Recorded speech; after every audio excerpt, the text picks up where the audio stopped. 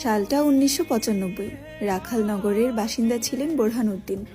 রাখালনগরে ছেলে সন্তানদের অনেক চাহিদা ছিল। যখনই কোনো মেয়ে বা মহিলা গর্ভবতী হয় তখন থেকে বাচ্চা ভূমিষ্ঠ হওয়ার আগ পর্যন্ত তাদের গবেষণা চলতে থাকে। ঠিক ওই সময় বোরহানউদ্দিনের বউ গুলবাহার 4 বারের মতো গর্ভধারণ করেন। আগেও তিনি 3 বার সন্তান জন্ম দিয়েছে, কিন্তু দুর্ভাগ্যবশত উনার সন্তান মৃত জন্ম হতো। এই নিয়ে গ্রামের অনেকে বোরহানউদ্দিনকে অনেক কথাও শুনিয়েছে, যেন সে এই গ্রাম ছেড়ে চলে যায় তার গুলবাহারকে নিয়ে। কিন্তু পৈতৃক সূত্রে পাওয়া বাবার বাড়ি ছেড়ে সে যেতে চায় না। তাই এত লাঞ্ছনা সহ্য করেও তিনি এই গ্রামেই পড়ে আছে। গুলবাহার যে 3 বার বাচ্চা জন্ম দিয়েছেন, 3 বারই মেয়ে সন্তান হয়েছে। তাই গ্রামবাসী তাকে অলক্ষীও বলতেন, কিন্তু তিনি কাউকে কিচ্ছু বলতেন না, কারণ উনি ছিল খুব দুর্বল প্রকৃতির। কেউ কিছু বলে গেলে শুধু শুনতেন আর ঘরে এসে জায়নামাজে বসে আল্লাহর কাছে কাঁদতেন। বোরহানউদ্দিন গোলাপ চাষ করত বাড়ির পাশে।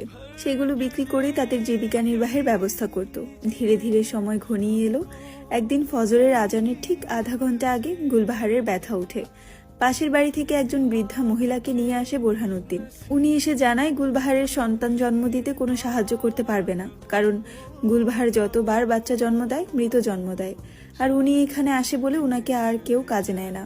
উনি হচ্ছেন এই গ্রামের দায়মা, কিন্তু গুলবাহারের জন্য ওনাকে এখন সবাই অশুভ ভাবে। ঠিক ওই মুহূর্তে গুলবাহার চিৎকার দিয়ে উঠে। দায়মা আর দাঁড়িয়ে থাকতে পারলেন না।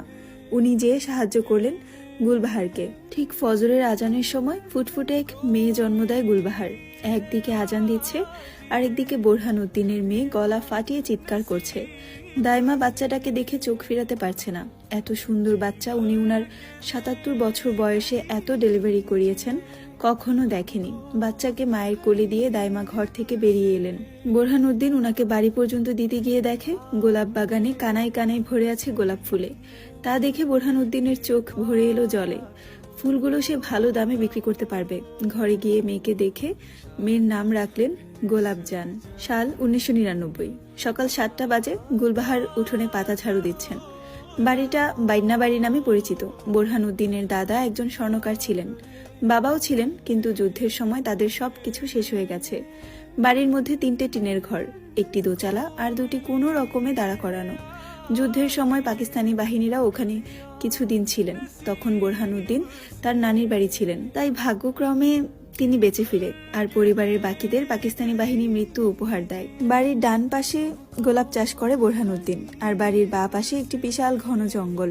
তার পাশেই গুলবাহার কিছু সবজি শাক পাতা রোপণ করেছেন। সকাল 7:30 গুলবাহার উঠোনের কাজ শেষ করে ঘরে ঢুকেন।